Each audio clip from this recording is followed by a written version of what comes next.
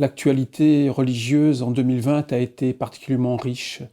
On retiendra d'abord la lutte contre les fanatismes, l'islamisme et l'antisémitisme.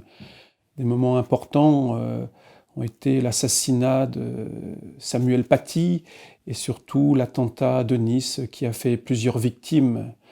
Ça a remis en vigueur toutes les discussions autour des principes républicains, de laïcité, la volonté de lutter contre le communautarisme et contre le fanatisme, et avec un certain nombre de propositions gouvernementales qui ont fait discussion et qui continuent de faire débat, parce qu'elles ne sont pas sans répercussions sur les autres cultes et la liberté de former et de se rassembler. Un moment important au cours de l'année 2020 pour l'ensemble des traditions religieuses, ça a été le confinement, l'impossibilité de se retrouver pour célébrer le culte, l'impossibilité de se rassembler pour des temps de fête a marqué l'ensemble des confessions religieuses en France, mais partout dans le monde. Et on a vu une imagination assez forte pour inventer de nouvelles manières de célébrer, de se former, de se retrouver. Et on a vu une expansion importante, notamment dans le monde catholique, de ces célébrations, de ces temps de prière, de ces eucharisties diffusées via les réseaux sociaux, non sans interroger aussi sur le sens de ces célébrations et de l'attachement à l'Eucharistie, qui est notamment ressorti lors du deuxième confinement, où les catholiques ont trouvé très discriminatoire de ne pas pouvoir se retrouver pour célébrer le culte dominical. Un point important de l'actualité religieuse de l'année 2020, c'est bien sûr l'actualité vaticane.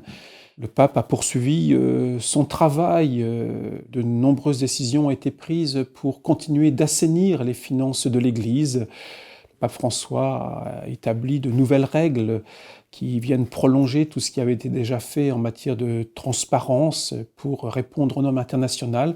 Mais là, il y a aussi un certain nombre de règles internes et des personnes ont même été évincées dont la gestion avait pu être contestée.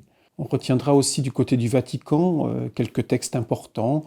Le texte sur l'Amazonie après le synode qui avait eu lieu quelques mois auparavant, la célébration des 5 années de Laudato Si avec la volonté de continuer le travail de réception de cette encyclique, et puis au mois d'octobre, un texte important sur la fraternité humaine publié le jour de la Saint-François d'Assise, voilà, un appel lancé pour construire la paix à travers le dialogue avec une authentique fraternité humaine. On ajoutera également du côté de l'actualité vaticane le travail diplomatique et avec le renouvellement de l'accord Chine-Vatican sur la nomination des évêques, un accord qui est parfois contesté, y compris à l'intérieur de la Chine, et sur lequel les États-Unis mettent aussi en garde avec une peur que la Chine impose ses propres conditions.